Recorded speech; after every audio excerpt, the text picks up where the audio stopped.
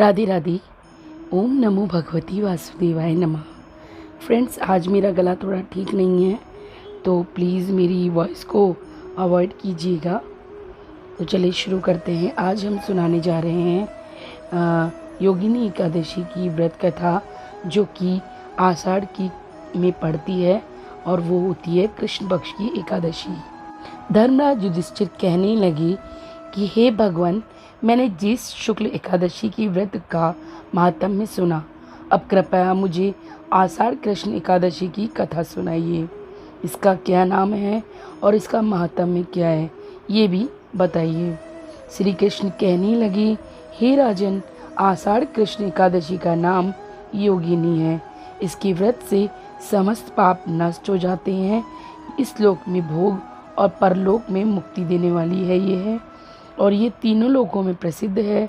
मैं तुमसे पुराणों में वर्णन की हुई कथा कहता हूँ, जरा ध्यान पूर्वक सुनो।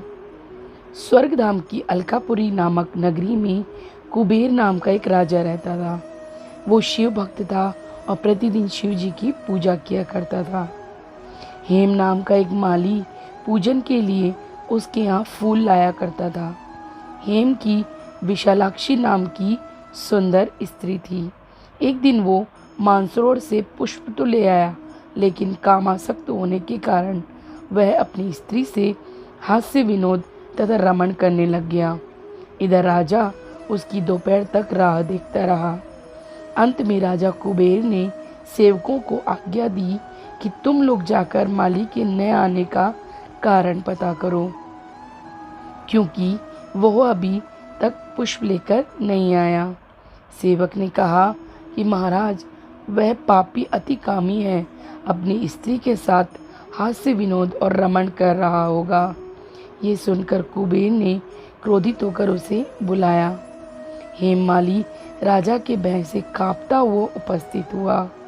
राजा कुबेर ने क्रोध में आकर कहा, अरे पापी, नीच, कामी, तूने मेरे परम पूजनीय ईश्वरों के ईश्वर श्री शिवजी महाराज का अनादर किया है, इसलिए मैं तुझे श्राप देता हूँ कि तू स्त्री का वियोग सहेगा और मृत्युलोक में जाकर कोढ़ी होगा।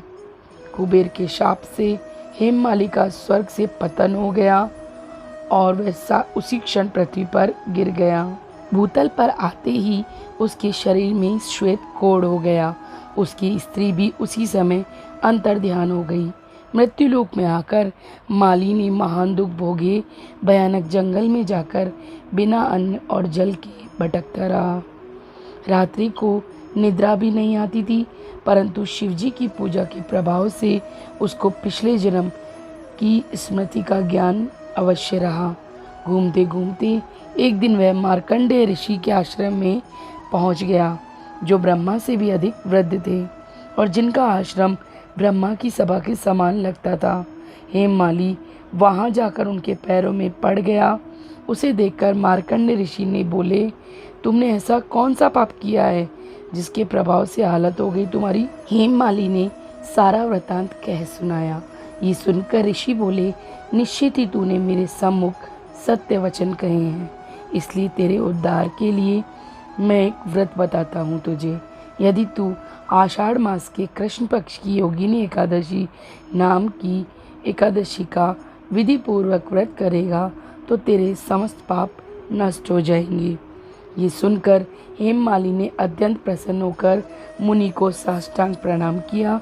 मुनि ने उसे सहिष्णु से उठाया और हेममाली ने मुनि के कथनों के अनुसार विधि पूर्वक योगिनी एकादशी का व्रत किया। इस व्रत के प्रभाव से अपने पुराने स्वरूप में आकर वह अपनी स्त्री के साथ सुखपूर्वक रहने लगा। भगवान कृष्ण ने कहा, हे राजन, ये योगिनी एकादशी का व्रत 88,000 ब्राह्मणों को भोजन कराने के बराबर फल देता है। इसके व्रत से समस्त पाप दूर हो जाते हैं और अंत में स्वर्ग की प्राप्ति होती है।